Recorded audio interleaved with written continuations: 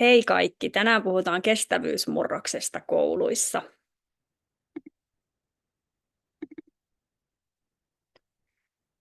Eli tämän luennon aiheena on kuinka edistää kaikkien toimijuutta kestävyyskasvatuksen keinoin kouluissa.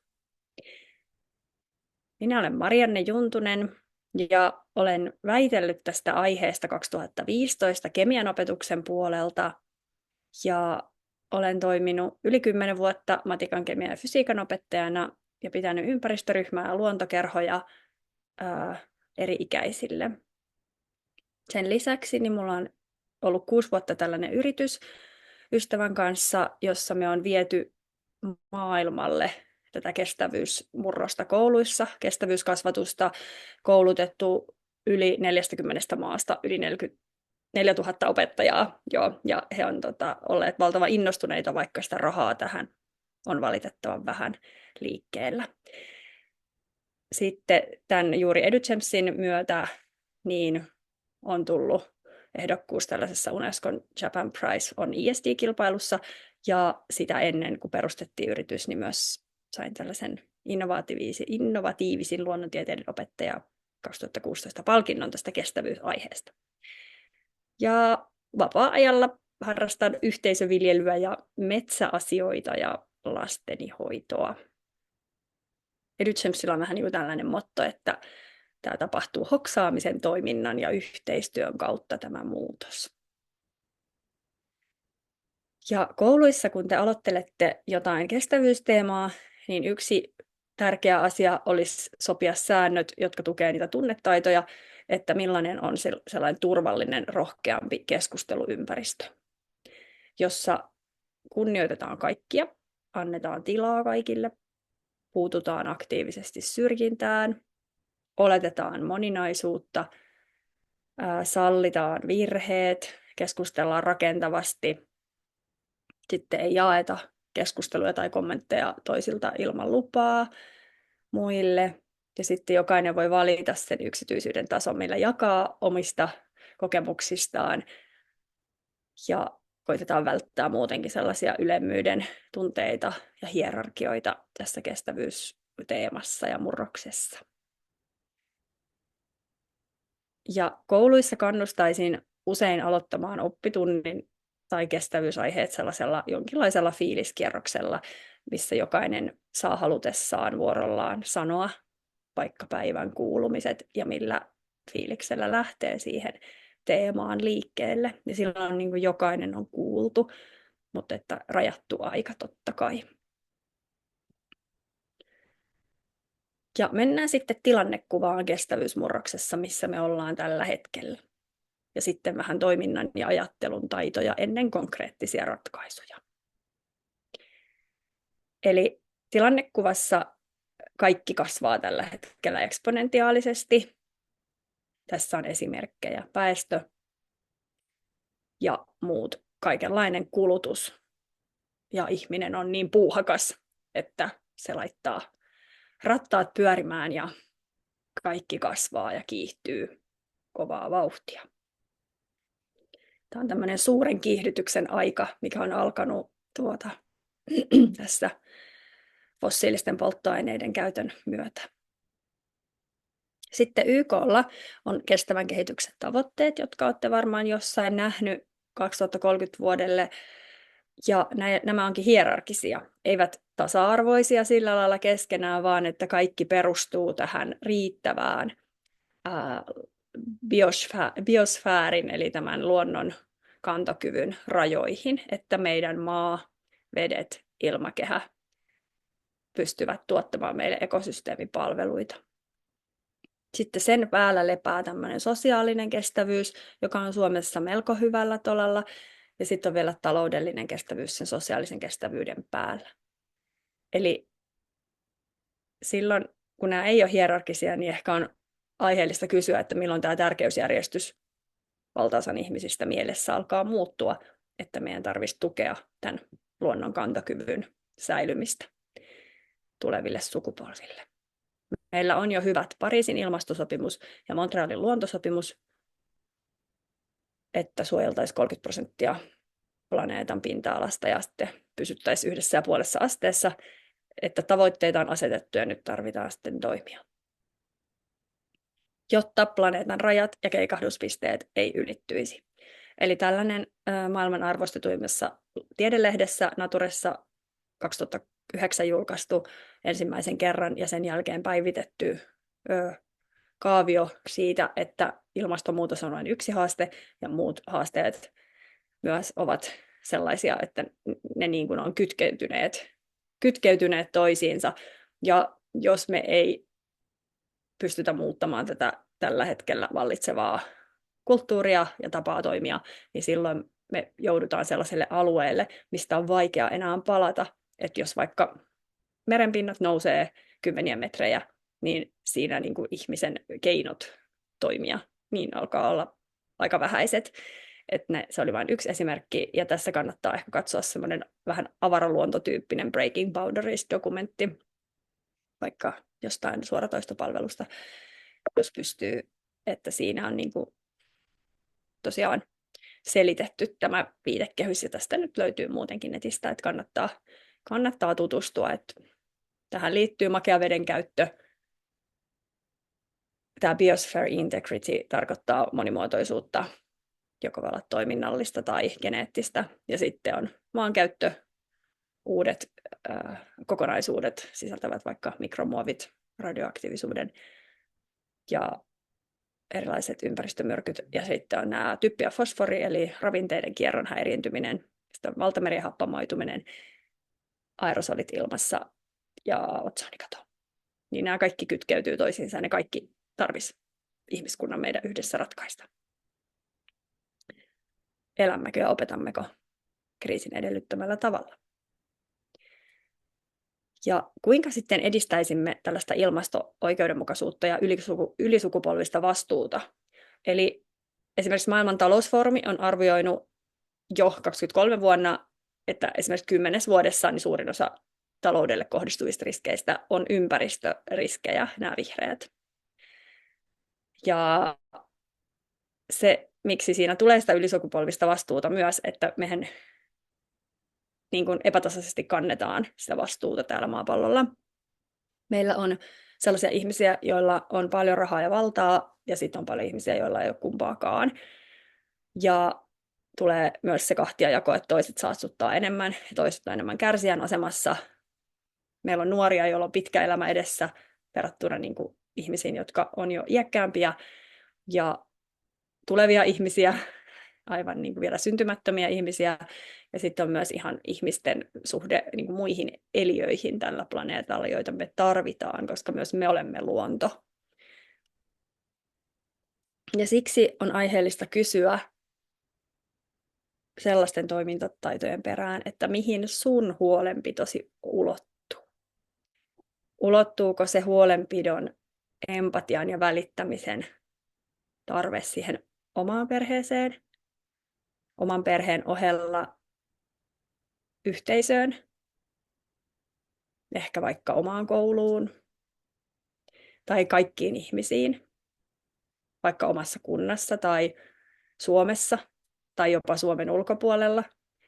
Ulottuuko se muunlajisiin eläimiin, koiriin, hevosiin, lehmiin, oraviin, kaikkiin eliöihin, lintuihin, kaloihin, pieneliöihin, vai jopa elottomaan luontoon, että ihan niin kuin vaikka maa- ja kallioperään veteen, mihin asti se sun huolenpito jaksaa ulottua.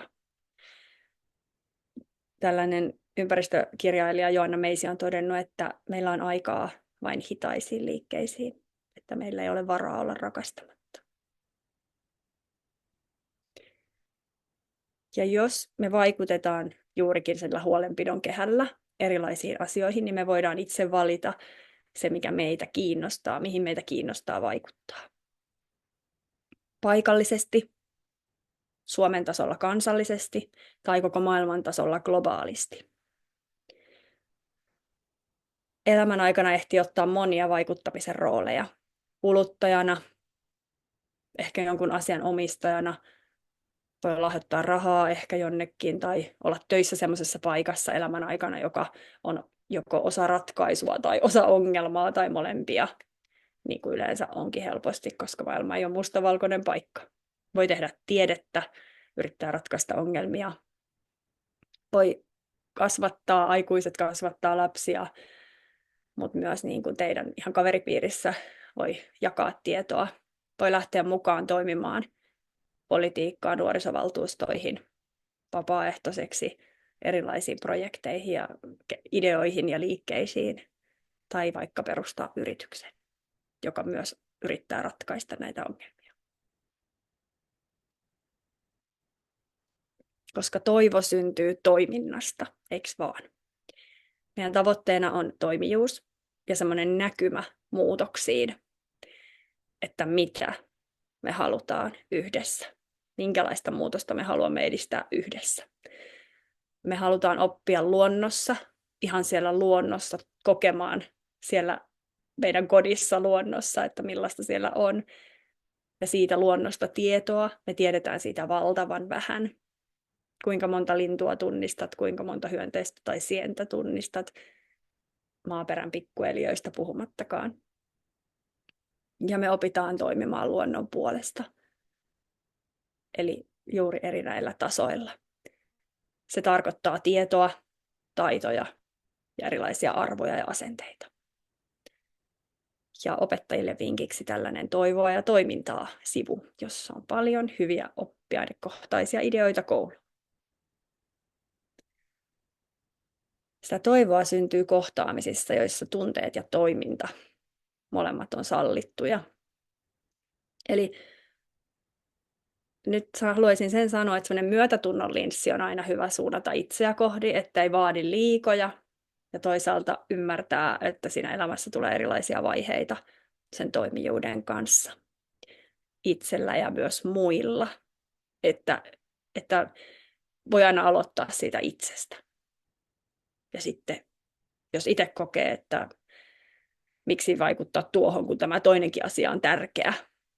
Että miksi tuo vaikka puhuu tuosta ruuasta, kun meillä on ongelmana nuo roskat.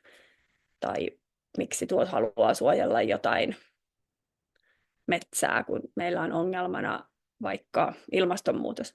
Niin silloin kannattaa itse tarttua siihen toiseen asiaan, mistä olikin huolissaan, koska todennäköisesti sekin tarvii huomiota. Ja sun ei tarvitse luopua sulle kaikkein tärkeimmistä asioista ja sun omista tunteista. Sä saat pitää ne just sellaisina kuin ne on. Voi olla, että matkan varrella ne vaan muuttuu, myös ne tärkeät asiat ja tunteet. Ja koulussakin tärkeintä on se sydämen viisaus ja hyvä ihmisyys, mitä me siellä tavoitellaan. Se on paljon tärkeämpää kuin vaikka mun opetuksessa x plus x on 2x. Se on aika paljon tärkeämpää, että se sydämen viisaus kehittyy. Mä ajattelen, että tämä luonnonsuojelu on vähän kuin kiusaamisen ehkäisyä, että aina kannattaa yrittää ja koskaan ei pidä luovuttaa, vaikka kaikessa ei onnistutakaan. Että monessa voidaan tehdä parempaa ja kauniimpaa maailmaa aina. Tunnistamalla nämä omat ympäristötunteesi ja näiden vaikutusmahdollisuuksien kirjon, niin silloin sä teet jo tosi paljon. Että vähän on kartalla, että okei, että mä tunnen tällaista ympäristösurua, että nyt tuossa on vaikka avohakattu metsä, tai että mä kuulin, että korallit on tuhoutumassa tai joku laji on katoamassa, niin se aiheuttaa todella suurta surua tai vihaa, ja se on ihan tosi luonnollista, niin sen kannattaa yrittää myös sanottaa ääneen, koska ettei ne vain jää sinne kehoon patoutumaan. Ja sitä kautta sitten löytää sitä toimintatarmoa ja myös sellaista mahdollisuutta levätä, että ei koko ajan tarvitse toimia. Tällainen sivu on kuin ympäristöahdistus.fi. Ja koska nämä ongelmat on aika viheliäisiä, niin se on just inhimillistä, että ne tunteet on aika ristiriitaisia. Ratkaisut on aikuisten vastuulla. Se kannattaa aina muistaa. Nuorten ja lasten rooli voi olla oikeastaan kirittää. Että totta kai voi tehdä niitä lasten ja nuorten kokoisia asioita ja sitten kirittää aikuisia vaikka osallistumalla mielenosoitukseen tai kirjoittamalla mielipidekirjoitukseen. Palataan näihin keinoihin. tällainen tutkija Panu Pihkala, joka on tutkinut tätä ympäristöahdistusta, niin ehdottaa tosiaan, että 2 tason näkökykyä. Eli että aina toinen silmä voi peittää, että toisella silmällä voi katsoa kaikkea kaunista ja hyvää, mitä meillä on, ja toisella silmällä sitten niitä ongelmia ja huonosti olevia asioita, mutta että ihan tietoisesti vaihtaa välillä, että ei jää koko ajan katsomaan niitä huonoja asioita, koska silloin kuormittuu ihan liikaa. Ja tämmöinen keinulautamalli, jossa toisessa päässä on toiminta ja toisessa päässä on lepo. Ja siinä keskellä on semmoinen tunnetyö, että mitä mä tunnen ja miltä se tuntuu. Mutta että molempia tarvitaan, sitä toimintaa ja sitä lepoa, ja se lepo ei välttämättä tarkoita siis nukkumista, vaan myös vaikka leikkimistä ja ihan harrastamista ja semmoista sulle tärkeää. Ja mitä se toiminta on, vaikka siinä oli niitä eri tasoja, niin ylipäänsä toimintaa on aina, kun ilmaisee sen huolensa ääneen. Ja aikuisten ja muidenkin meidän vertaisten, kaikkien ihmisten vastuulla on tukea niitä toimintataitoja kuuntelemalla, kannustamalla ja osallistamalla ihmisiä ylipäänsä. Eli vähintä, mitä tulisi tehdä jokaisen, on rohkaista näitä kestävyysmurroksen niin kuin yrittäjiä, ketkä yrittää sitä tehdä arjessa ja luonnonsuojelijaksi itseensä vaikka kutsuvia tai ylipäänsä sitä luonnonsuojelua ja semmoista kokeilukulttuuria, että yritetään muuttaa asioita. Ja toiminnan esteenä voi tulla, että kohtaa tällaista vähättelyä ja hämmennystä. Se on aika yleistä, koska ihmisillä käy näin, että muutokset pelottaa. Taustalla on ihmisten turvallisuuden ja semmoinen minuuden säilyttämisen tarve, että ethän vie multa pois näitä mulle tärkeitä asioita, ja kuulostaapa pelottavalta nuo muutokset, mitä ehdotat, että enkö mä saa pitää tätä mun arkea. Silloin varmaan tarvitaan just sitä myötätunnon linssiä ja semmoista jämäkkää, lempeätä muistutusta siitä, että lopulta kaikkien turvallisuutta edistää suojella luontoa, tehdä paremmin, koska nykytilanne ei ole vakaa, vaan tämä nykytilanne epävakauttaa, koska pieni osa ihmisistä tuottaa valtaosan meidän koko planeetan päästöistä, ja pieni osa ihmisistä käyttää valtaosan planeetan resursseista, ja nyt todella lyhyessä ajassa, jopa 1 sukupolven aikana. Katsotaanpa tätä vielä nopeasti vähän tarkemmin. Varallisuushan jakautuu tosi epäoikeudenmukaisesti maapallolla. Rikkaan 1% omistaa lähes puolet maailman varallisuudesta. Ja toisinpäin, puolet maailman ihmisistä omistaa vain noin 1% varallisuudesta. Eli siis varallisuus on tosi keskittynyttä, ja tähän rikkaimpaan 1% pääsee tienaamalla vajaa 30 000 euroa vuodessa, joka on suomalaisten keskimääräinen nettopalkka. Eli tällä mä haen sitä vastuunkantajaa, että ketä tästä voi vastuuttaa tästä tilanteesta. Koska myös on totta, että varallisuuden jakautumisen ja ilmastopäästöjen välillä on tosi suuri korrelaatio. Tämä tarkoittaa sitä, että varakkain 10% tuottaa lähes puolet kaikista päästöistä. Tämä on tämmöinen champagnelasin muotoinen, että hyvin pieni osa ihmisistä on vastuussa tästä eniten. Että jos katsotaan 1980-luvulta alkaen, niin varakkain 1% ihmisiä on tuottanut yhtä paljon hiiltä kuin 2/3 ihmiskunnasta. Eli tässä on tämmöinen historiallinen vastuu myös. Ja vähävaraiset kantavat lopulta suurimman osan ilmastovaikutuksista, näistä konkreettisista heikennyksistä heidän elämäänsä, siitä epävakautumisesta. Ja jos tätä opetuksessa ottaa muuten lisää, niin on monenlaista. Carbonmap.org on tämmöinen interaktiivinen sivusto, missä näkee maailmankartan avulla, miten varallisuus vaikka jakautuu tai päästöt tai moni muu asia. Ja sitten oli tämmöinen yksi graafinen video tuolla Our Worldin Data. Mä laitetaan nämä tuonne sivuille, nämä linkit.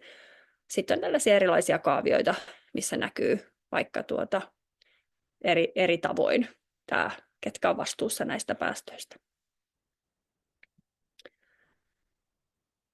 Ja sen takia meidän olisikin tärkeää oppia uusia tapoja, kestäviä intohimoja, eli että se, mitä me halutaan tosi paljon tehdä, niin se ei oiskaan sitä luontoa kuormittavaa. Että me tunnistettaisiin sen halun ja tarpeen ero, että kun tulee joku muotilelu tai muotivaate, niin onko se enemmän halu vai tarve, aito tarve. Eli meidän perustarpeiden äärellä myös on hyvä olla jossain kohdissa miettiä, että mitä on ne perustarpeet ja mitkä on vain semmoisia toissijaisia tarpeita, haluja, koska on ensisijaisia tarpeita, vaikka pysyä elossa, saada suojaa, lämpöä, ravintoa, vettä. Ja sitten semmoiset toissijaiset, pitää muistaa, on toissijaisia. Kokeilukulttuuria kannattaa vaalia, että uskalletaan kokeilla tehdä eri tavalla. Kokeilla vaikka koulupuutarhaa tai jotain, vaikka se ei sitten onnistuisikaan tai olisi lopullinen toimintatapa.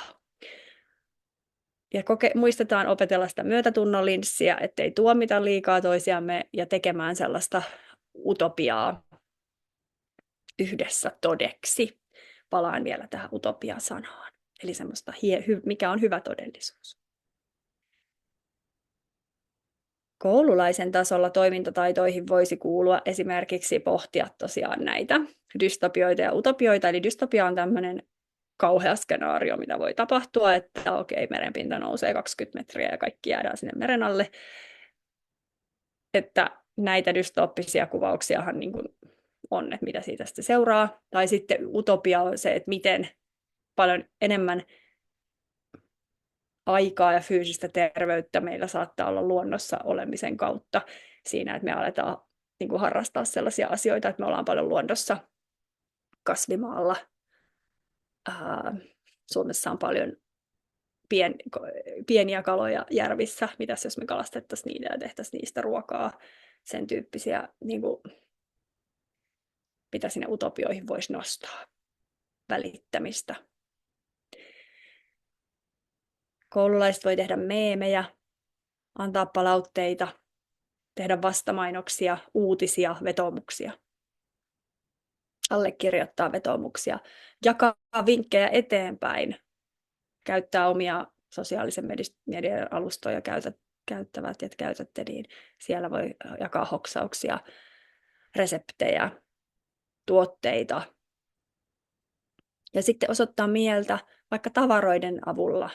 Tuolla tulee siitäkin kuvia. Voi laittaa vaikka käytetyn karkkipaperin ja tehdä sille puhekuplan jonkun muistutuksen. Sitten voi vielä liittyä järjestöihin tai tukea jotain poliitikkoa, jos sillä tasolla haluaa harjoitella toimimaan. Tavoitteita voi yhdessä pohtia ja opetuksessa ja toiminnassa ylipäänsä tavoitteena on tietenkin parempi kehitys ja edistys, mutta mitä se on? Että ei se varmaan ainakaan ole semmoista kiihtyvää kiirettä ja oravan pyörää, missä ei ehditä miettiä. Ehkä sitä edistystä ennemminkin olisi sellainen tiedostava ihmisyys, missä tiedostetaan omat tunteet ja vaikutukset tähän systeemiin. Lempeys ja rakkaus kaikkia kohtaan, toimijuus ylipäänsä, ettei aiheuteta velkaa ja ylisukupolvinen vastuu huomioidaan ja tunnistetaan. Ja vielä ennen konkretiaa viimeisenä tämä tämmöinen toinen malli. Tuossa edellisellä kalvolla oli siis tämä European Green Comp Framework kestävyystaidoista. Ja sitten tässä seuraavalla on suomalainen Hannele Kanttelin ja kumppaneiden kokonaisvaltaisen ilmastokasvatuksen malli, missä on nämä tärkeät osat tällaisessa kestävyysmurroksessa koulussa, minkälaisia kannattaa vaalia ja huomioida, kun tekee kokonaisuuksia. Mennään sitten konkreettisiin ratkaisuihin.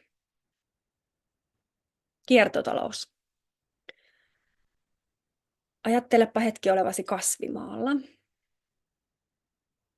Miltä se tuntuu? Mitä siellä on ja näkyy? Mitä hyvää tekeviä ulottuvuuksia siihen liittyy? Mä jätän tämän ihan teille mietintään, mutta nehän monet liittyy vaikka tähän Kanttelin ja kumppaneiden polkupyörämalliin, eiks vaan? Me saadaan siinä tietoa, toimintaa, me aletaan ajatella. Maailmankuva voi jopa muuttua, jos viljelee itse jotain ruokaa, ja sitä itse viljeltyä ruokaa on aika vaikea heittää roskiin. Siinä on semmoinen arvostus, motivaatio ja osallisuus on ihan selkeästi mukana, ja varmasti herää tunteita. Ja odotetaan sitä lähitulevaisuutta, kun se sato kypsyy.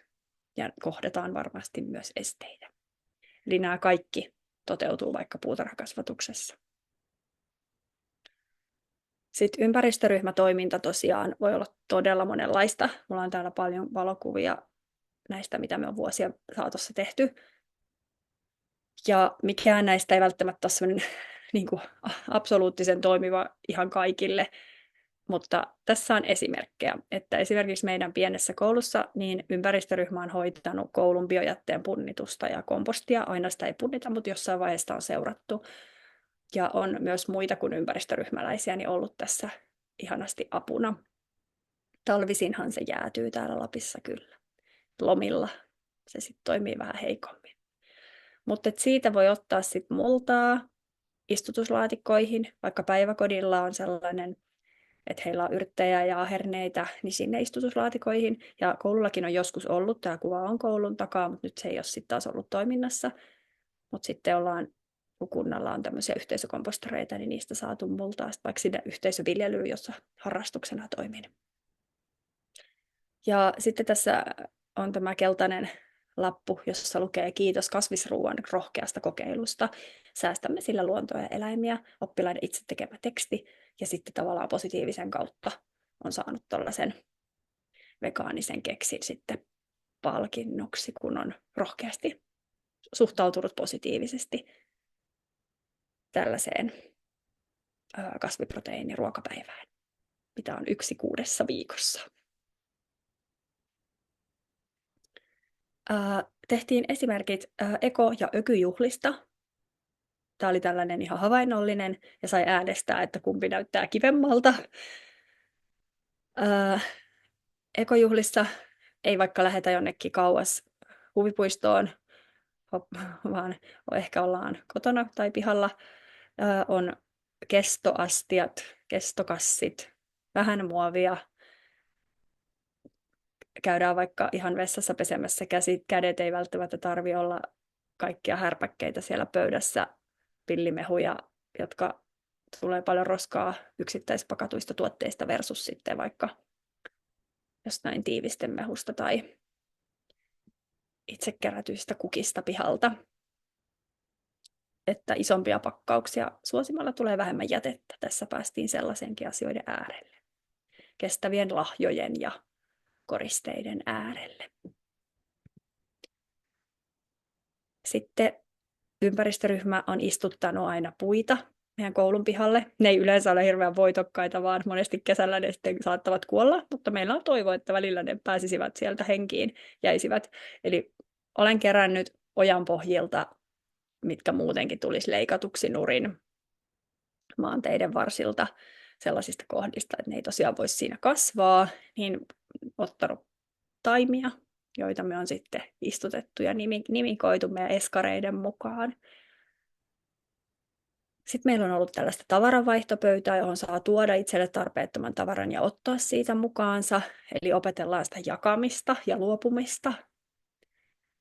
Ja myös elektroniikkajätettä on saanut tuoda siihen sellaiseen laatikkoon. Se on ollut myös ihan kiinnostavaa oppilaista, että siihen voi tuoda risat-kuulokkeet tai mitä vaan.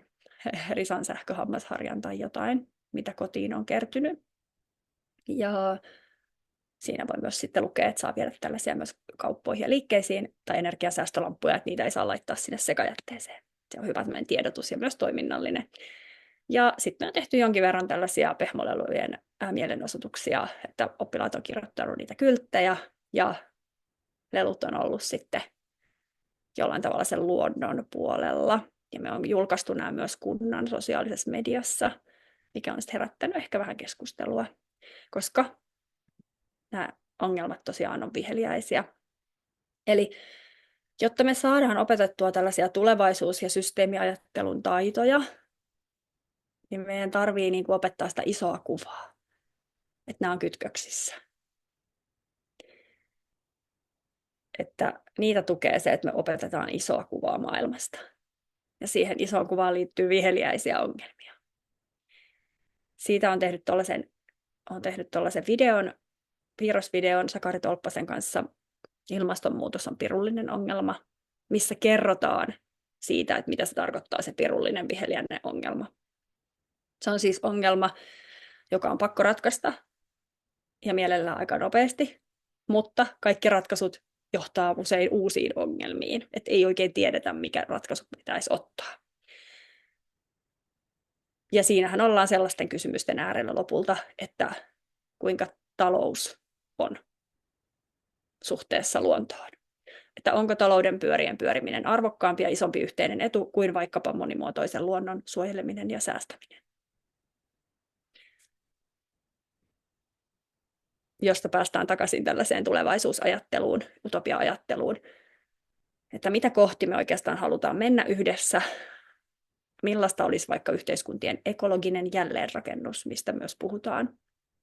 Ja siihen liittyy niin monenlaista, että jos se kiinnostaa, niin voi etsiä, mitä tarkoittaa nollakasvu, degrowth, kiertotalous, millaisia käsitteitä nämä on.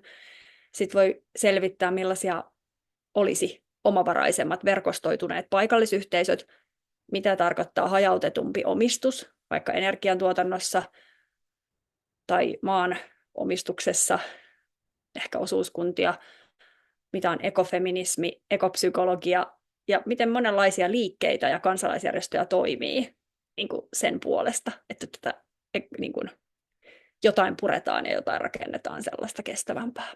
Ehkä myös jotkut henkisyyden polut voi tukea sellaista niin kuin maadottumista luontoon ja itseemme. Utopia-ajattelussa voi miettiä talouskasvun roolia.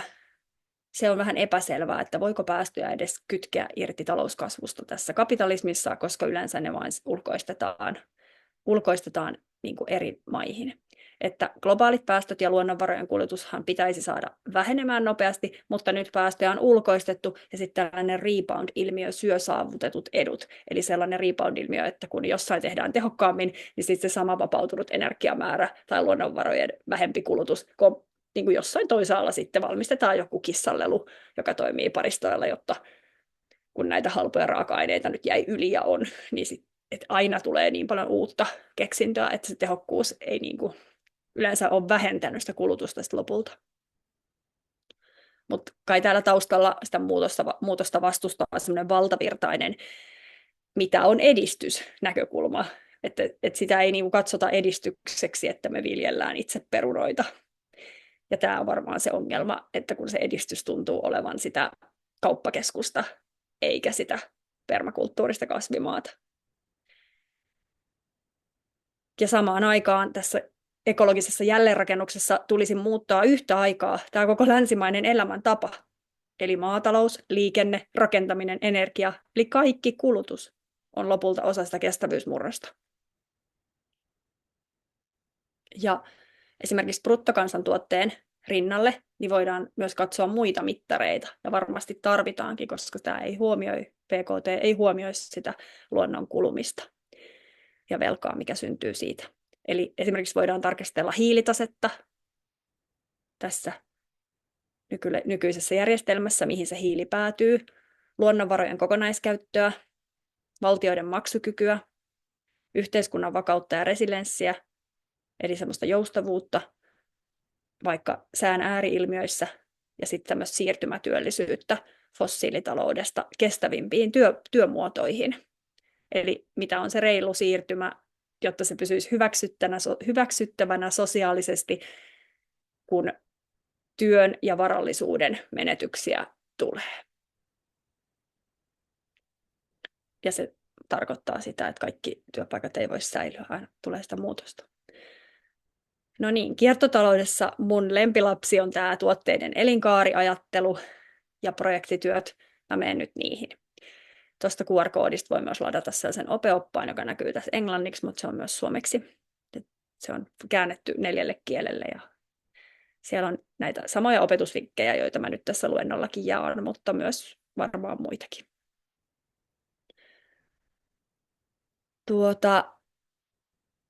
Opeoppaassakin mainittu tämä tuotteen elinkaari ja kiertotalous alakouluun on tällainen korttipeli tai korttien tuottaminen, jossa ensin oppilaille annetaan vähän niin kuin roskan palasia ja materiaalin palasia. Ja sitten heidän niistä tulisi rakentaa tällaiset rivit ja sarakkeet, joissa pystysarakkeissa on raaka-aineet, sitten on se tavara ja sitten on vielä sen kierrätys. Ja nyt esimerkiksi niin, että on puupala, oksanpala ja sitten siitä syntyy vaikka paperi, piirustuspaperi ja siitä kierrätettynä syntyy sitten vessapaperi. Tai sitten, että on mustaksi väritetty öljytahra ja siitä onkin tehty muovi ja muovin voi kierrättää sulattamalla uudeksi muovituotteeksi.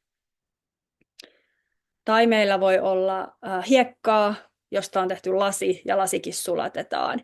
Ja sitten kaikkia näitä ei pysty oikein kierrättämään, niin sinne voi myös sinne viimeiseen kiertotaloussarakkeeseen kirjoittaa kysymysmerkin, että vaikka vaatteiden tai lampaanvillan kohdalla esimerkiksi on hankala, että mitä sille tehdään sitten, ja sitten yhdessä pohtia keksiä jonkun hyvän keinon.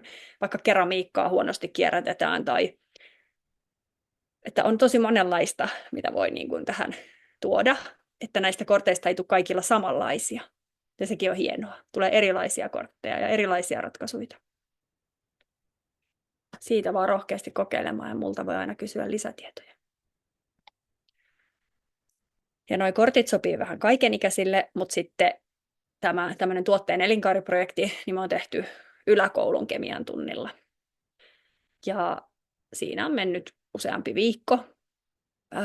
Joskus tehtiin ihan pahville. Nämä kuvat on sellaisia jostain 10 vuoden takaa, mutta sitten on aika paljon tehty PowerPointille ja nauhoitettu ne sinne PowerPointille myös laitettu ilman nimiä niin tuonne koulun YouTube-kanavalle salatun linkin taakse, niin sitten aikuiset tai perheet, vanhemmat on voinut myös katsoa ne sieltä. Et muuten näitä voisi tehdä semmoisen näyttelyn myös kouluun. Mutta mä käyn tätä projektia nyt vähän läpi. Lopussa meillä on sellainen draamaväittely, niin mä nyt kerron sen ensin, koska musta se on kauhean kans hieno asia. Että tässä näiden korttien avulla väitellään, kenellä on vastuu muuttaa esimerkkituotteen elinkaarta. Ja siihen on kehitellyt tällaisen tarinan. Perheen kodin viereinen joki on saastunut, sillä farkkuja valmistavan yrityksen saasteet lasketaan puhdistamattomina suoraan jokeen. Perheen isä on töissä tehtaalla. Tämä on ollut Bangladesissa. Perhe saa terveyshaittoja tehtaan jokivedestä, josta he ottavat käyttövettä. Eli he pesee siinä vaikka vaatteita tai käyttää sitä osittain ruoanlaitossa. Kenellä on vastuu korjata tilanne? Ja sitten mä oon tehnyt tällaiset roolit ja niihin valmiit lausahdukset ja argumentit. Ja ne roolit on ollut esimerkiksi perheenisä, tehtaan omistaja, paikallispoliitikko siellä maassa, EU-poliitikko täällä maassa tai alueella, vaateyhtiön johto, tuotekehityskemisti, kauppias Suomessa, kuluttaja, luonnonsuojelujärjestön edustaja, huolestunut nuori ja huoleton nuori. Tämmöisiä rooleja on ollut muitakin.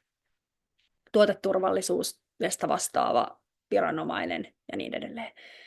Ja sitten ne aina heittää vähän niin kuin pallon toiselle, että perheisä vaikka kysyy, että miksei se tehtaanomistaja tee paremmin, ja sitten se tehtaanomistaja heittää pallon sille tuotekehityskemistille, että no mutta sä oot kehittänyt tällaisia tuotteita, tämmöisiä kemikaaleja, että totta kai me käytetään niitä, jos niitä on, että muuten meidän niin kuin business ei toimisi ja olisi kannattavaa, ja sitten taas niin kuin se kemisti voi heittää sen pallon poliitikoille, ja poliitikot heittää sen niin kuin testausta tekeville vaikka viranomaisille tai kuluttajille, että no kuluttajat haluaa näitä halpoja, ja niin se pallo sitten menee eteenpäin. Ja siinä kaikki saa puheenvuoron vuorollaan. Ja sitten lopuksi kysytään, että kenellä se vastuu on, että äänestetään. Kenellä teidän mielestä se vastuu on. Ja sitten jutellaan. Ja että miten se löytyisi semmoinen yhteinen ilo ottaa se vastuu ja oma osuus siitä vastuusta. Mutta ennen tätä väittelypedagogiikkaa, niin meillä on tosiaan tämä projektityö, jossa opettaja pohjustaa aiheen, esittelee tämän ja päättää pienryhmät tai yksilötyö. Ja sitten oppilaat asettaa niin kuin itse tutkimuskysymyksiä, minkä tuotteen elinkaaresta he on kiinnostunut. He voi vapaasti valita sen tuotteen. On ollut aivan laidasta laitaan tuotteita. On ollut ruoka-aineita, lääkkeitä, tavaroita, polttoaineita, todella monenlaisia erilaisia niin kuin aineita ja tuotteita. Sitten oppilaat asettaa tosiaan siitä tuotteesta, että vaikka että mistä piano on tehty tai mistä joku sohva on tehty ja missä se on tuotettu. Ja sitten he alkaa etsiä tietoa ja mä kierrän siellä auttamassa. He myös sitten jossain vaiheessa kommentoi toistensa töitä, vaihtaa vähän ja yrittää sparrata toisiaan. Ja sitten me lopuksi esitellään ne, kun ne alkaa olla valmiita.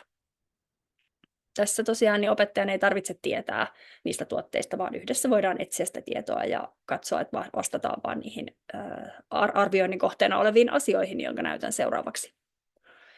Mutta sitten tosiaan lopuksi oli tämä väittely.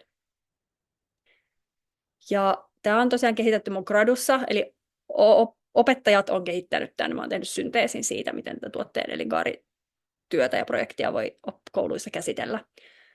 Mä en käy tätä nyt tämän tarkemmin läpi, mutta mä jätin tämän tähän, jotta tätä video voi vaikka pysäyttää ja lukea läpi, jos haluaa. Ja oppilasarvioinnissa sama juttu, en käy tätä tarkemmin läpi, mutta tässä näkyy, millä tavalla mä oon tätä arvioinut. Ja sitten tämä myös ohjaa sitä, että minkälaisia asioita siinä pitää olla siinä esitelmässä.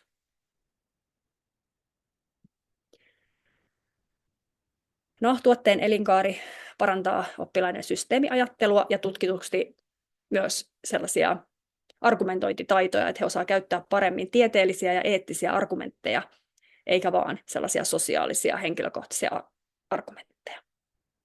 Et siitä on tehnyt yhden artikkelin. Mutta sitten muutenkin tämä systeemiajattelu on tosi tärkeää esimerkiksi hahmottaa, että miten eri resurssit meillä kiertää täällä yhteiskunnassa.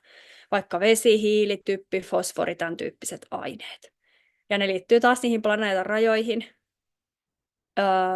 Tässä on yksi kuva. Sitten ne liittyy siihen varallisuuden jakautumiseenkin oikeastaan. Ja sitten, että niistä voi niinku piirtää vaikka vihkoon hiilen kiertokulusta, että miten se siellä kiertää. No joo, mutta mennään tarkemmin. Vaikka vesi. Niin vedestä tapaan opettaa sillä tavalla näitä tämän tyyppisiä asioita, jotta me katsotaan sitä yhteiskunnallista puolta siinä myös. Että meret on 97% kaikesta vedestä, mitä meillä täällä on, jäätiköt 2% ja makea vesi 1% vain. Ja se tavallaan pitäisi herättää vähän semmoista arvostusta siihen, että miten tärkeää se makea vesi on, miten semmoinen ainutlaatuinen ja harvinainen asia se on. Suomessa on sitä upean paljon. Ja sitä pitäisi vaalia kaikin keinoin. Sitten tämä piilovesi-käsite olisi tärkeä hahmottaa liittyen kulutustuotteisiin. Me ollaan tehty tällaista vesijalanjälkimittausta sitten, tai laskuria, että sen hahmottaa. Vedenpuhdistustyö on tehty suodattamalla aina 3 vuoden välein, kun ei aina jaksa tehdä samoja töitä, niin sitten me ollaan laitettu se johonkin esille silleen, että sitten kaikki jollain tavalla näkee sen, että miten maaperä suodattaa vettä. Aktiivihiiltä on siellä käytetty myös ja erilaisia luonnonmateriaaleja yritetty puhdistaa sitten vettä. Öljyonnettomuustyössä tehdään leikkilaivafoliosta ja se kaatuu ja siellä on lintuja, höyheniä ja niitä sitten yritetään siellä suojella ja pestä. Sitten happamoitumista, kun meret happamoituu tällä hetkellä, niin sitä on havainnollistanut kemiassa laittamalla tämmöistä BTS-indikaattoria veteen ja sitten on puhallettu sinne pillillä ja sitten katsottu, jätetty sinne vähän kananmunan kuoria ja silleen puhuttu koralleista sitten ja kuorieläimistä. Ja merien hiilidioksidipumppu, että miten tavallaan meret pystyy imemään hiilidioksidia lämmetessään, niin se on tosi kiinnostava aihe. Mä en mene siihen nyt enempää, mutta semmoinen yksi esitelmäaihe olisi myös kiinnostava oppilaille.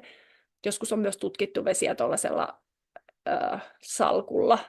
Tuossa on tuossa kuvassa niin vesisalkulla erilaisia vesinäytteitä erilaisista vesilähteistä. Hiili, niin tosiaan metsät ja merethän tulee ratkaisemaan jollain tavalla tämän ilmastonmuutosasian, että jos ne saataisiin pysymään hyvässä kunnossa, niin ne pystyy auttamaan ja hidastamaan tätä ilmastonmuutosta tosi paljon ja jopa ratkaisemaan sen. Niin siksi ne on niin kuin aivan ensiarvoisen tärkeässä asemassa, mitä tapahtuu metsille ja merille. Tämmöisenä esimerkkinä haluan nostaa sen, että kun eihän se ole tässä muutostyössä se, mitä sanoo, vaan se, mitä tekee, eikö vaan paljonkin. Niin mä oon niin kuin henkilökohtaisessa elämässäni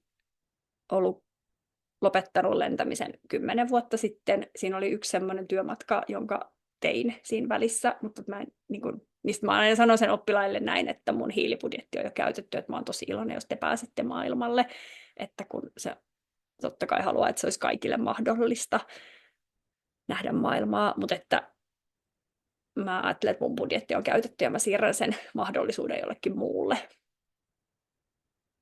Ja sitten mä oon tehty toi hiilijalanjälkitesti, Sitran elämäntapatestin ja piirretty siitä tuommoinen oma jalanjälki, mutta on hyvä myös kertoa, että on niin alun perin öljy-yhtiö kehittämä menetelmä, tämä hiilijalanjälkitesti, jotta se vastuu on voitu siirtää kuluttajille pois sieltä yhtiöiden vastuusta. Sitten me on tehty tämmöinen kädenjälki, ihan itse mietitty, että joka sormelle vähän, että miten voisi vaikuttaa positiivisesti tähän planeettaan tai omaan arkeensa. Eli tähän on varmaan voi laittaa monenlaisia otsikoita. Myös kuulin hyvän idean, että voi olla se, että mitä peukutat, mitä osoitat, mille näytät keskisormea, mihin olet sitoutunut ja sitten mille antaisit pikkurillisi, että varo se vie koko käden. Niin. Voisiko nuoret jopa kirittää aikuisia toimimalla heidän tällaisina positiivisina personal trainereinään tässä aiheessa? Maaperästä on tullut uusi opetuspaketti nettiin, jota olin myös mukana tekemässä kemian osalta. Maaperähän on valtavan kiehtova. Ekosysteemipalvelut liittyy kaikki melkein maaperään. Terveyshyödyt, mitä se tuottaa, uudistavan viljelyn käsite, kaikki jännät maaperäeliöt, mitä edes multa on.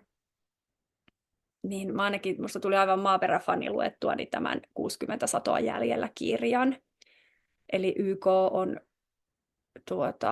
FAO on arvioinut, että maailman pelloilla on jäljellä noin 60 satoa, mikäli nykyinen maaperän köyhtymisvauhti jatkuu tässä monokulttuuri yhden kasvin viljelytuotannossa, jossa käytetään keinonlannoitteita. Eli jos tehotuotantoa, kemiallisten lannoitteiden käyttöä ja maaperäerosioita ei muuteta, viljelykelpoinen pintamaa voi hävitä tai rappeutua liikaa. Me tarvitaan hiiliviljelyä ja permakulttuurista viljelyä, koska toi humus muodostuu hyvin hitaasti. Siinä kestää yllättävän kauan ennen kuin siihen tulisi uutta multaa päälle. Ja sitten kun viljellään, niin sehän kuluu siitä, jos siihen ei tuoda biomassaa päälle. Paikallista biomassaa voisi olla vaikka järvikorte, eläinten lantakomposti, ruohokate, monenlainen. Muovit. Muovit on kiehtova aihe, niin tarpeellisia ja hyödyllisiä meidän nykyiselle elämänlaadulle ja terveydelle, ja samaan aikaan aikamoinen murheenkryyni. Muovit on halpoja ja muokkautuvia ja edullisia, tai niistä voi tehdä monenlaista ja kestäviä. Ja täällä Toivo ja toimintaa -sivulla esimerkiksi on hyvä lomake oppilaille, missä voi tutkia oman arjen muovin käyttöä. Muovit on viheliäinen ongelma ehdottomasti. Ja sitten tällaisesta puheesta voi siirtyäkin siihen, että miksi ne on viheliäinen, että meillä on merissä jätelauttoja, mikromuovia ja eläimet kärsii tosi paljon tästä muoviroskasta, että jopa 100 000 merinisäkästä ja kilpikonnaa ja yli 1 miljoona merilintua kuolee syömänsä muoviin vuodessa, koska se tukkii niiden suolista. Me on valmistettu biomuovia tärkkelyksestä Mikrossa ja etsitty sitten ratkaisuja näihin isoihin tai muovijäteongelmiin esimerkiksi sillä tavalla, että etitty englanniksi, ja sieltä on löytynytkin sit sellaisia kiinnostavia pointteja, että jos vaikka siitä maksettaisiin ihmiselle, että ihmiset niin kuin keräisi metsistä, meristä, no vaikka metsistäkin, niin muoviroskaa, mutta erityisesti sieltä merten isoista lautoista, niin silloinhan se lähtisi vähenemään, jos siitä saisi jotain rahaa. Ja sitten me on tehty tällaisia lelumielen ilmauksia. Ja noi kädet ja sormet, joissa on toi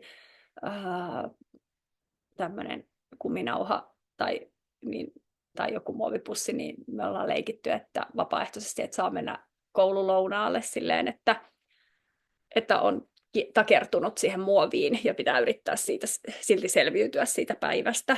Ei tietenkään liian kirheelle ja vapaaehtoisesti, mutta siinä niin kuin saisi sen kokemusperäisen olon, että okei, että tämä muoviroska on tosi hankalaa, varsinkin jos se estäisi mun käsiä toimimasta, niin kuin vaikka ollaan linnulla voi käydä tai eläimillä. Ja tästä mikromuoveista niin on myös siellä samassa video, kun oli tämä ilmastonmuutos on pirullinen ongelma, niin tämä Rooted-kanava, jossa se oli, niin siellä on myös tästä mikromuoviasiasta. No entäs metallit? Metallien elinkaari on kiinnostava ja se tulee esimerkiksi kemiassa.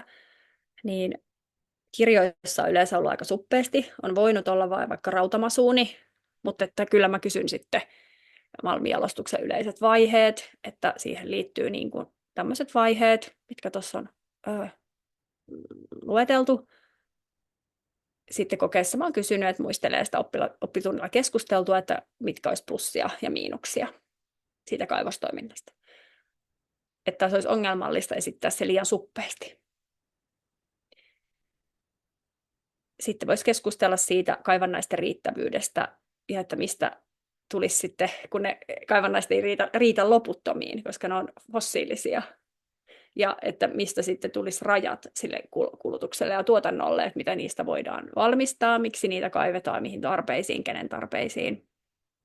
Ja myös tämä radioaktiivisuushan on nyt myös yksi kiinnostava pointti. Mä en nyt mene siis tähän, mutta liittyy hyvinkin paljon vaikka Soklien Lapissa ja sitten siihen niin kuin ympäristöterveyteen ja sen elinkaareen.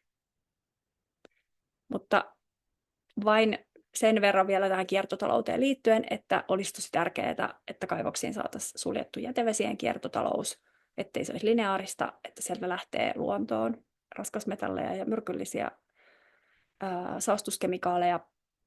Ja nämä vedenpuhdistuslaitokset, jos ne rakennettaisiin, niiden kustannus olisi noin 10 miljoonan luokkaa, että sekin edistäisi tätä suljetumpaa kiertotaloutta. Ja sitten sinne voitaisiin rakentaa tällaiset bentoniittipohjarakenteet, että nythän siellä on monesti turpeen tai soran yhdistelmän päällä muovikalvo, johon voi tulla helposti reikä, jos on kymmeniä metriä jätevettä päällä, niin hanat auki sitten luontoon sen reijän kautta on tällä hetkellä. Että näitä mä katson niin kuin diplomi-insinöörinä kemian puolelta, että samalla ajattelen sitä ekologiaa, että pitäisi kompensoida tuhoutuvia luontotyyppejä. Jos se on mahdollista, sitä ei aina ole todellakaan, koska ne menee monesti käsi kädessä se monimuotoinen luonto ja sitten se monimuotoinen kallioperä, eli se mineraalikoostumus. Ja olisi tärkeää, että olisi niin kuin paitsi paikallista myös luonnonsuojelujärjestöjen hyväksyntä sille, että tämmöinen hanke iso tulee, joka on peruuttamaton ja muuttaa sitä luontoa todella paljon, tuhoaa sitä luontoa. Ja sitten vielä näistä tietenkin kysymyksenä, että Suomessa on aika alhainen kaivosvero, että kun niitä kaivoksia tai metallien louhinnassa tulee se elinkaari, jossa niitä kustannuksia tulee sille paikallistaloudelle ja paikallisille ihmisille, niin miten se sitten saataisiin se taloudellisestikin kestäväksi. Ravintoaineista kestävyysmurroksessa, niin kansalliset ravitsemussuositukset ovat jo osa sitä kestävyysmurrosta. Eli näissähän on lisätty paljon palkokasvien määrää, kasvisten merkitystä ylipäänsä, ja tehtiin kouluun tuollainen mallilautanen, jossa oli ota haastevalokuva ja jaa se perheellesi. Ja siinä oli niin kuin näkyvillä, että mitä päivän aikana voisi esimerkiksi syödä. Ja Sitten on tehty tällaista vertailua ravintoaineiden kemiassa, että vertailtu proteiinimääriä 100 grammassa eri ruoka-aineita, nehän lukee siellä pakkauksessa suoraan. Ja sitten me on vaan punnittu tuommoisesta leikkiproteiinijauheesta niin näkyville se proteiinimäärä, mikä noissa eri tuotteissa on ollut. Et esimerkiksi soijarouheessahan on ihan valtavasti, että se melkein voittaa tai päihittää tämän koko linjaston tässä. Mutta että monesti me ollaan antanut 2 vertailtavaa ruoka-ainetta, jotka on vähän niin kuin molemmat samaa asiaa. Vaikka jogurtti vastaan versus kaurajogurtti tai kana versus papu tai juusto versus tofu tai joku tämmöinen. Niitähän voi itsekin keksiä, miten kokee itse, että olisiko nämä tämmöinen hyvä pari. Että tämä on ihan, voi miten vaan rakentaa tämän. Tässä voi myös kirjoittaa näkyviin sen piiloveden, kuluneen veden määrän tai sitten sokerin määrän, jos on haluaa niin semmoisia, taikka miettiä terveellisiä välipaloja. Mutta sitten mä oon pitänyt vielä tärkeänä mainita, että pavuista ja tofusta saa kaikki aminohapot, kuten eläinproteiinistakin. Että se ei ehkä ole sillä ei tiedossa. Että herneessähän ei ole kaikkia aminohappoja, mutta muuten näissä pavuissa pitkälti on.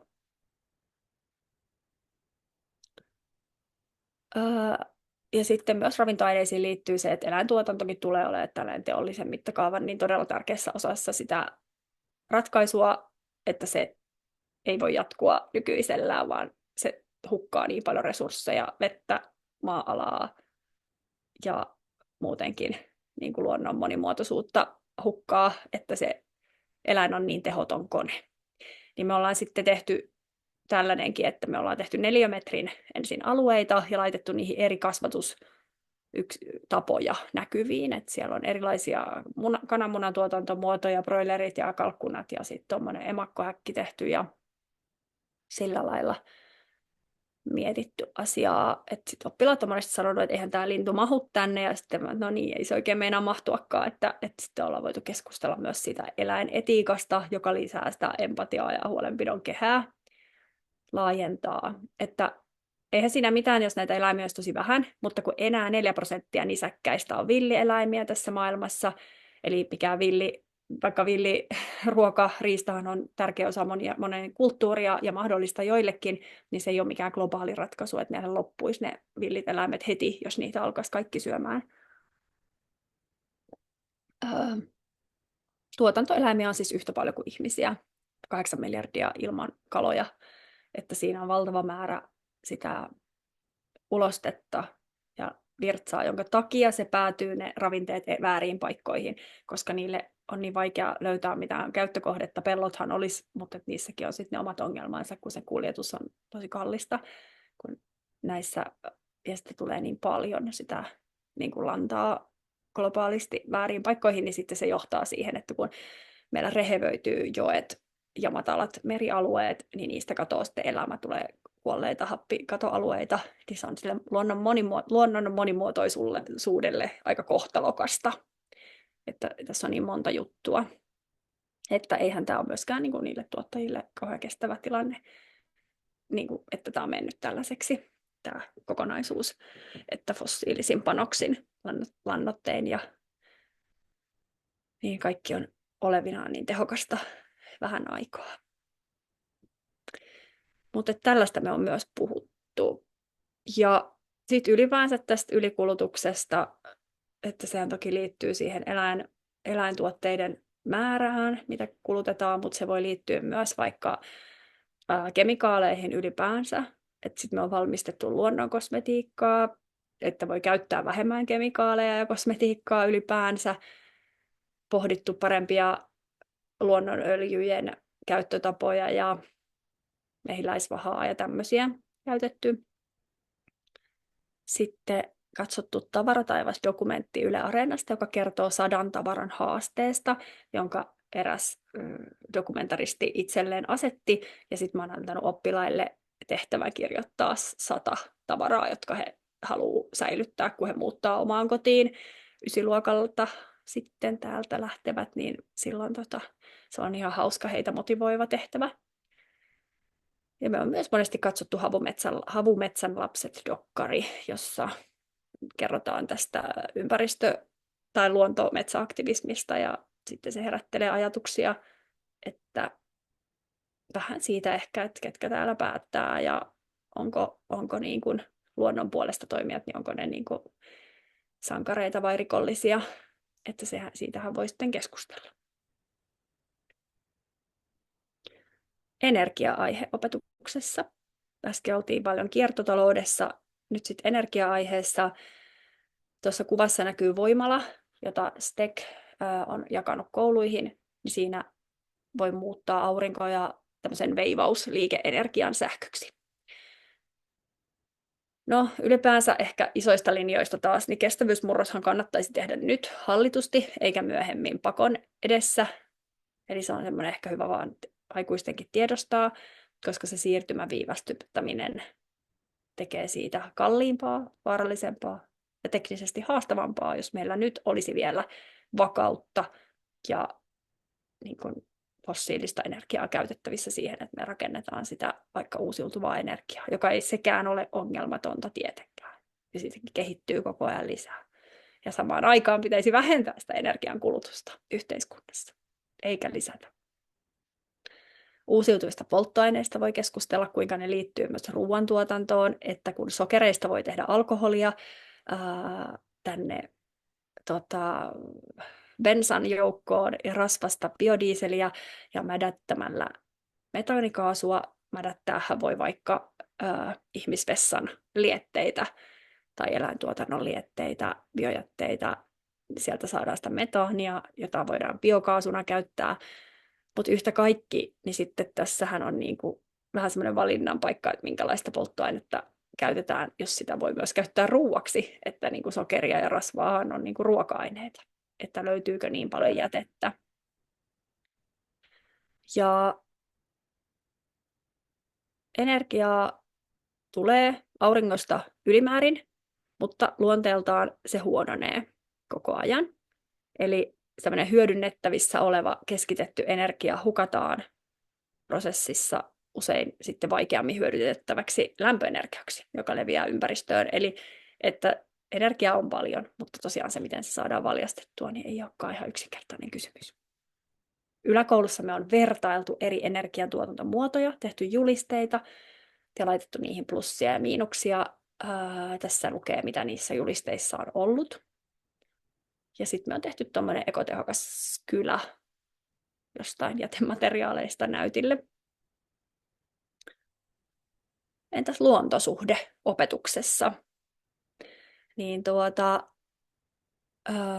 tässä on kuvia, mitä on tuotu koululle, kauniita asioita luonnosta. Ihana käydä etsimässä niitä luontokerholaisten kanssa Suomen luonnonpäivän kunniaksi. Ja sitten kiviä he on etsinyt ja laitettu niihin, että mitä siitä, että muut oppilaat voivat tulla siitä kirjoittamaan, että mitä siitä kivestä tulee mieleen, mikä tunne tai vaikka, että millä se voi nimetä sen kiven, suojelukivi, aurinkokivi, sinä. Ja sitten samassa tässä toimintapisteessä ollut, että mitä luonto ja sen monimuotoisuus sinulle merkitsee, vaikka rauhaa tai rahaa on vastattu, lepopaikkaa. Sitten luontosuhdetta, niin ysiluokalla laitoin oppilaat kirjoittamaan ihan vihkoonsa esseen pitkään, ei vähintään 1 sivu, mutta monet kirjoitti enemmän, että miten he näkee oman tulevaisuutensa nyt oppiman valossa, kun he on oppinut paljon näistä isoista aiheista myös. Ja millaisia ratkaisuja he näkee itse, että voisi olla käytössä. Ne oli aivan upeita lukea. Kannustan sellaiseen kirjoitustehtävään. Sitten me on pohdittu välillä ydinarvoja, taidetta, voi tehdä luonnossa, luonnosta ja luonnon puolesta. Taiteesta voi olla tässä hankkeessa muutenkin ihan erilliset videot, mä en mene siihen tarkemmin. Ja sitten on tehty meditaatio- ja rentoutusharjoituksia paljon, joka liittyy siihen riittävyyden kokemukseen ja myös voi tehdä luonnossa, jolloin se luontosuhde saa siinä sitten kehittyä myös kokemuksellisesti. Yhteisöllisyys liittyy musta myös tähän luontosuhteeseen, että tässä vaikka meidän yhteisöviljelyn pellolla niin lapset hakee hevostallin lantakasasta lantaa. Ja tähän biomassan siirtämiseen on tosiaan tarvittu vielä fossiilista voimaa, eli mönkkärivoimaa ja peräkärri, mutta muuten pärjätty ilman fossiilisia pitkälti. Yhteisöllisyys on tosi tärkeä asia, koska se tarkoittaa, että me voitaisiin jakaa ja vaihtaa enemmän asioita. Voi olla yhteiskäyttöautoja, yhteisöviljelyä, paikallisesti hajautettua, omistettua energiantuotantoa, villiruokaa yhdessä rakentaa ja etsiä. Pohjavettä tietenkin pitää vaalia yhteisöissä, kohtuullistaa ja sitä kohtuullistamista, että mitä me tarvitaan tai mikä riittää, niin pohtia yhdessä. Ehkä koko kylää kasvattaa sellaista ajattelua ja tosiaan vaihdantaa ja naapuriapua, joka liittyy se naapuriapu palveluihin, tavaroihin. Eli ihan voidaan niin kuin tehdä myös sillä lailla maksuttomasti aika monenlaista, kun aletaan jakaa ideoita ja toteuttamaan yhteisiä taideprojekteja, meditaatiohetkiä, kalastusretkiä, mitä vaan, että eihän aina tarvitse liikkua edes rahan. No sitten leikki, yhteisiä leikkihetkiä kylän lapsille, aikuiset mukaan. Näissä korostuu se yhdessäolo ja turvallisuus, luovuus. Tosi moni tärkeä asia. Huumori, liikunta, luontosuhde, kun etsitään keppejä ja kiviä ja käpyjä. Että sellainen ylipäänsä se yhteys ihmisten välillä ilman ruutuja. Ja lukemisen merkitys, sitä nyt opettajille on turha korostaakaan liikaa, mutta että sehän edistää tosi monia tärkeitä tavoitteita ja sellaista erilaista ihmiskuvaa jopa. Laitoin tähän Eeva Kilven tekstin. Mitä sisimmässäsi haluaisit sanoa? Älkää kaatako tätä puuta. Minä rakastan sitä. Linnut tarvitsevat sitä. Ihmiset voivat paremmin saadessaan kävellä puiden alla. Lapset saavat niistä ensikosketuksensa luontoon ja vanhat viimeisensä. Ei sellaisia sanoja tarvitse hävetä. Pyrkimys säästää luonnon järjestelmät rikkaina on järkevintä, mitä tiedän. Olen luonnonsuojelija. Se on järkevintä, mitä tiedän. Luontosuhteeseen liittyy minusta myös tämmöinen mielenosoittamisen niin kuin mahdollisuus. Ja me on päästy pois homekoulusta mielenosoituksen avulla. Joskus tuo, missä on keltaliivit päällä, lapset teki sellaisen. Sitten on kirjoitettu katuun ja tehty tosiaan pehmoleluilla erilaisia tai leluilla.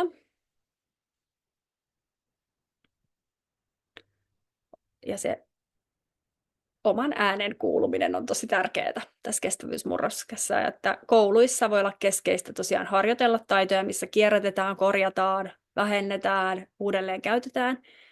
Sitten kaikki, mitä me tehdään jo kouluissa, väkivallattomuuden eetos, demokratia, yhteisöllisyys, paikallisuus, osallisuus, vertaissovittelu, ehkä taksvärkin kautta lahjoittaminen, vaikuttamistaidot, tunne- ja hyvinvointitaidot.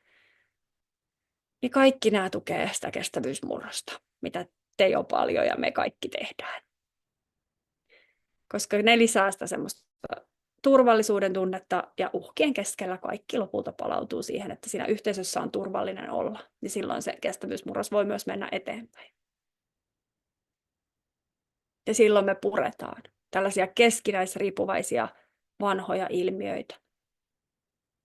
Patriarkaattia, spesismiä, seksismiä, rasismia, kolonialismia ja kapitalismia, joissa näissä, no ei kaikki ole välttämättä vanhoja, kapitalismi ei ole niin vanha, mutta spesismi on lajisortoa, että muunlajisia eläimiä sorretaan.